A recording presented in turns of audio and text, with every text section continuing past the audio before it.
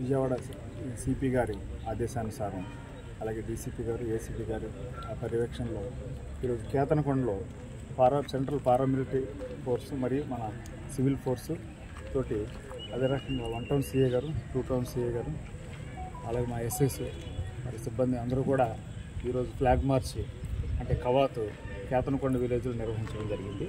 దీని ముఖ్య ఉద్దేశం ఏంటంటే వచ్చే ఇప్పుడు సార్వత్రిక ఎన్నికల్లో ప్రజలు వాళ్ళ యొక్క ఓటు హక్కును స్వచ్ఛందంగా స్వేచ్ఛగా ధైర్యంగా ఉపయోగించుకోవడానికి వాళ్ళకి భరోసా కల్పించడం కోసం వాళ్ళకి ఫోర్సు ఇంతమంది కూడా మేమందరం కూడా వాళ్ళకి ఉన్నామని చెప్పి వాళ్ళకు భరోసా కల్పించడానికి ఫ్రీ అండ్ ఫెయిర్గా వాళ్ళ యొక్క ఓటు హక్కును ఉపయోగించుకోవడానికి గాను వాళ్ళకి భరోసా కల్పించడం కోసం ఈరోజు మనం కేతనకొండ విలేజ్లో ఈ యొక్క కవాతు నిర్వహించడం జరిగింది. మోడల్ కోడ్ ఆఫ్ కండక్ట్ ఏదైతే ఉందండి ఎలక్షన్ నియమావళి దీనికి సంబంధించి పూర్తి స్థాయిలో అవగాహన లేకపోవడం వల్ల చాలామంది కేసులు బారిన పడుతున్నారు. దీనికి సంబంధించి ఏమైనా అవగాహన కల్పించేందుకు ప్రత్యేకమైన కార్యక్రమం చేపట్టే అవకాశం తప్పకుండా.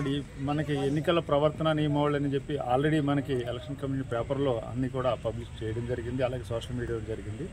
అలాగే మేము కూడా మా పోలీస్ డిపార్ట్మెంట్ తరఫు నుంచి కూడా ప్రవర్తన నియమావళి అన్నీ కూడా ఒక పాంప్లెట్ లాగా తయారు చేసి అందరికి కూడా అది ఇవ్వడం జరుగుతుంది. అలాగే సోషల్ మీడియాలో కూడా మీ ప్రెస్ ద్వారా కూడా చెప్పడం జరుగుతుంది.